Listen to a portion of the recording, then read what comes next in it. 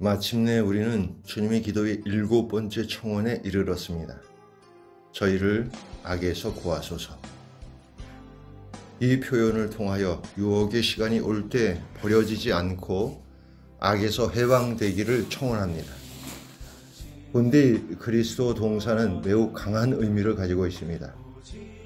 우리를 사로잡아 삼켜버리려는 악마의 존재를 연상시키고 악마에게서 해방시켜 달라고 하느님께 청하는 의미를 지닌 단어입니다. 베드로 사도는 악마가 으르렁거리는 사자처럼 누구를 삼킬까 하고 우리 주위를 찾아 돌아다니고 있으니 하느님께 우리를 구해달라고 간청하라고 말합니다. 저희를 버려두지 마십시오와 저희를 구하소서, 이 두 가지 청원에서 그리스도인 기도의 본질적 특징이 드러납니다. 예수님께서는 모든 것, 특히 악마가 위협적인 존재로 느껴질 때 아버지께 기도하라고 당신의 벗들에게 가르쳐 주십니다. 사실 그리스도인의 기도는 삶에 대하여 눈을 감지 않습니다. 갓난아이의 기도가 아니라 자녀들의 기도입니다. 그래도 인간 삶의 여정이 어렵고 힘든 가시밭길이라는 것을 잊어버리게 할 만큼 하느님의 부성에만 넋놓고 있게 하는 기도는 아닙니다.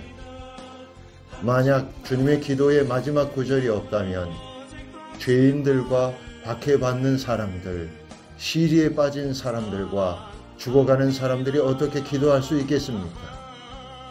마지막 청원은 우리가 한계에 놓였을 때 언제나 드리는 기도입니다. 우리의 삶 안에는 악이 있습니다. 그 존재에 대해서는 이 여지가 없습니다. 기도하는 사람은 장님이 아닙니다. 기도하는 사람은 하느님의 신비와 정반대인 이 커다란 악을 분명히 직시합니다. 자연과 역사 안에, 그리고 심지어 자신의 마음 안에 이러한 악이 있음을 알아볼 수 있습니다. 악에서 자유롭다거나 적어도 악의 유혹을 받지 않는다고 말할 수 있는 사람은 우리 가운데 단 한 사람도 없기 때문입니다. 우리는 모두 악이 무엇인지 알고 있습니다. 우리는 모두 유혹이 무엇인지 알고 있습니다. 우리는 모두 육신의 유혹과 온갖 죄의 유혹을 받은 경험이 있습니다. 유혹자는 우리를 악으로 나아가게 하고 몰아가며 이렇게 말합니다. 이것을 해. 이것을 생각해봐. 그 길로 가. 주님의 기도의 마지막 청원은 악에 대항하여 외치는 부르짖음입니다. 인간의 비탄, 죄 없는 이의 고통, 종살이, 다른 사람에 대한 착취, 무고한 아이들의 울음 등 다양한 경험을 자신의 그늘막에 보유하며 겹겹이 포진해 있는 이 악에 대항하는 것입니다. 이 모든 일은 인간의 마음 안에서 저항감을 불러일으키며 예수님께서 드리는 기도의 마지막 말씀 안에서 크게 울려 퍼지는 것입니다. 바로 순환 이야기에서 주님의 기도의 몇 가지 표현들은 가장 인상적으로 울려 퍼집니다. 예수님께서는 이렇게 말씀하십니다. 아빠, 아버지, 아버지께서는 무엇이든지 하실 수 있으니 이 잔을 저에게서 거두어 주십시오. 그러나 제가 원하는 것을 하지 마시고 아버지께서 원하시는 것을 하십시오. 사랑하는 형제 자매 여러분, 이처럼 주님의 기도는 우리 각자 안에서 완성시킬 필요가 있는 교향곡과 비슷합니다. 그리스도인은 악의 세력이 얼마나 압도적인지를 압니다. 동시에 유혹에 결코 굴복하지 않으시는 예수님께서 어떻게 우리 편이 되시고 어떻게 우리의 도움이 되시는지를 경험합니다. 이처럼 예수님의 기도는 우리에게 가장 소중한 유산으로 남겨진 것입니다. 그것은 바로 악을 물리치시어 악에서 우리를 해방시키신 하느님 아드님의 현존입니다. 마지막 투쟁의 시간에 칼을 칼집에 도로 넣으라고 베드로에게 명령하셨고 회개한 죄수에게 천국을 약속하셨으며 그 당시 일어난 비극을 의식하지 못한 채 당신 주변에 모인 모든 사람에게 평화의 말씀을 전하십니다. 아버지, 저들을 용서해 주십시오. 저들은 자기들이 무슨 일을 하는지 모릅니다. 십자가 위에서 예수님께서 베푸신 용서에서 평화가 흘러나옵니다. 진정한 평화는 십자가에서 나옵니다. 그것은 부활하신 예수님의 선물이며 예수님께서 우리에게 주시는 선물입니다. 부활하신 예수님의 첫 인사가 평화가 너희와 함께였음을 생각해 보십시오. 우리의 영혼과 우리의 마음과 우리의 삶에 주신 평화입니다. 주님께서 우리에게 평화를 주시며 우리에게 용서를 베푸십니다. 그러나 우리는 악에 빠지지 않도록 악에서 구해 주시기를 청해야 합니다. 그리스도인의 기도는 하느님을 아버지라는 이름으로 부르는 담대함에서 나온다고 말할 수 있습니다. 하느님을 아버지라고 부르는 이것이 바로 그리스도인 기도의 뿌리입니다. 그러나 이를 위해서는 용기가 필요합니다. 이는 단순히 형식적 기도문이 아니라 자녀다운 친밀함에 관한 것입니다. 우리는 은총에 힘입어 이 자녀다운 친밀함으로 들어가게 되었습니다. 예수님께서는 하느님 아버지를 계시해 주시는 분이시며 하느님 아버지와의 친밀감을 우리에게 선사해 주십니다. 예수님께서는 기계적으로 되풀이하는 기도문을 우리에게 남겨주시지는 않았습니다. 모든 소리 기도의 경우가 그러하듯이 성령께서는 하느님의 말씀을 통해 하느님의 자녀들에게 성부께 기도드리는 법을 가르쳐 주십니다. 예수님께서도 친히 여러 가지 표현을 사용해 아버지께 기도하셨습니다. 복음서들을 주의 깊게 읽어보면 우리는 예수님의 입술에서 피어나는 이런 기도의 표현들이 주님의 기도를 상기시킨다는 것을 발견할 수 있습니다. 예를 들어 겟세마니의 밤에 예수님께서는 다음과 같이 기도하십니다. 아빠, 아버지께서는 무엇이든 하실 수 있으시니 이 잔을 저에게서 거두어 주십시오. 그러나 제가 원하는 것을 하지 마시고 아버지께서 원하시는 것을 하십시오. 우리는 이미 마르코 복음의 이 대목에 관하여 살펴보았습니다. 우리는 이 짧은 기도에서 주님의 기도의 흔적을 어떻게 찾아보지 않을 수 있겠습니까?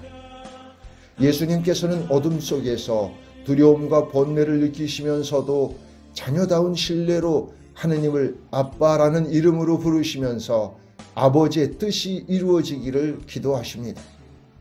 복음서의 다른 구절에서 예수님께서는 제자들에게 기도의 정신을 기르라고 강조하십니다. 기도는 항구해야 하며 무엇보다도 형제들의 기억을 불러일으켜야 합니다. 특히 형제들과의 관계가 어려울 때 그렇습니다. 예수님께서 다음과 같이 말씀하십니다.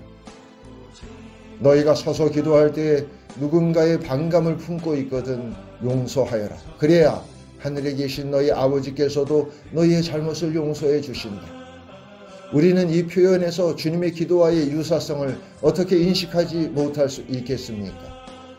또한 그러한 사례들은 우리에게 수없이 많을 수 있습니다. 바오로 성인의 서간에서는 주님의 기도를 찾아볼 수 없습니다. 그러나 이 기도문의 존재는 그리스도인의 기도가 아빠라는 한마디에 응축되어 있는 그 놀라운 요약에서 나타납니다. 루카복음서를 보면 예수님께서는 제자들의 청을 온전히 들어주십니다. 예수님께서 이따금 외딴 곳으로 가셔서 기도하는 모습을 보고 하루는 제자들이 예수님께 질문합니다. 주님, 요한이 자기 제자들에게 가르쳐 준 것처럼 저희에게도 기도하는 것을 가르쳐 주십시오.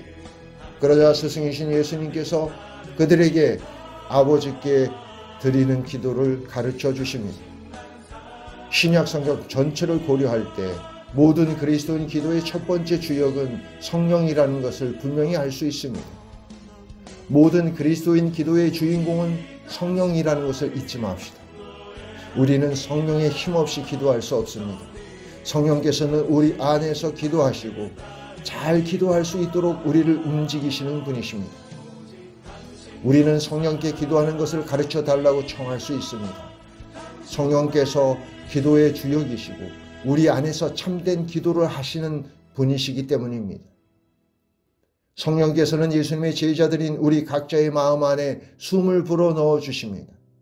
성령께서는 세례성사를 통해서 실제로 하나님의 자녀들이 된 우리가 자녀답게 기도할 수 있게 해 주십니다. 성령께서는 예수님께서 우리를 위해 파놓으신 고랑에서 기도하게 하십니다. 이것이 그리스도인의 기도의 신비입니다. 은총에 힘입어 우리는 지극히 거룩하신 삼위일체의 사랑의 대화에 매료됩니다. 예수님께서는 이렇게 기도하십니다. 때때로 예수님께서는 주님의 기도 내용과는 분명히 거리가 먼 표현들을 사용하셨습니다. 예수님께서 십자가 위에서 외치신 시편 22편의 첫 구절을 생각해 봅시다. 저의 하느님, 저의 하느님, 어찌하여 저를 버리셨습니까? 하늘에 계신 아버지께서 당신 아드님을 버리실 수 있겠습니까? 물론 아닙니다. 하느님께서는 우리 죄인들을 향한 사랑에도 예수님을 이 시점까지 이끄셨습니다. 예수님께서 하느님께 버림받음과 하느님의 멀리 계심을 경험하시기까지 하신 것입니다. 예수님께서 우리의 모든 죄를 직접 짊어지셨기 때문입니다. 그러나 고뇌에 찬 외침에도 그 안에 여전히 저의 하느님, 저의 하느님이 남아 있습니다. 저의라는 이 말 안에 아버지와 이루는 관계의 핵심이 있으며 믿음과 기도의 핵심이 있습니다. 이것이 이 핵심에서 시작하여 그리스도인이 어떤 상황에서든 기도할 수 있는 이유입니다. 성경, 특히 시편의 모든 기도를 받아들일 수 있습니다. 또한 수천 년 역사 속에서 사람들의 마음에서 솟아난 수많은 표현들을 가지고도 기도할 수 있습니다. 그리고 아버지께 우리 인류의 형제 자매에 대하여 말하는 것을 결코 중단하지 맙시다. 그리하여 어느 한 사람도 특히 가난한 이들이 위로와 작은 사랑도 없이 남겨지지 않게 합시다. 주님의 기도에 대한 교리 교육을 마치면서 우리는 예수님의 다음의 기도를 반복해서 할 수 있습니다. 아버지, 하늘과 땅의 주님, 지혜롭다는 자들과 슬기롭다는 자들에게는 이것을 감추시고 철부지들에게는 드러내 보이시니 아버지께 감사드립니다. 기도하려면 우리는 작아져야 합니다. 그렇게 할 때에 성령께서 우리 안에 오시어 기도 안에서 우리를 인도하십니다.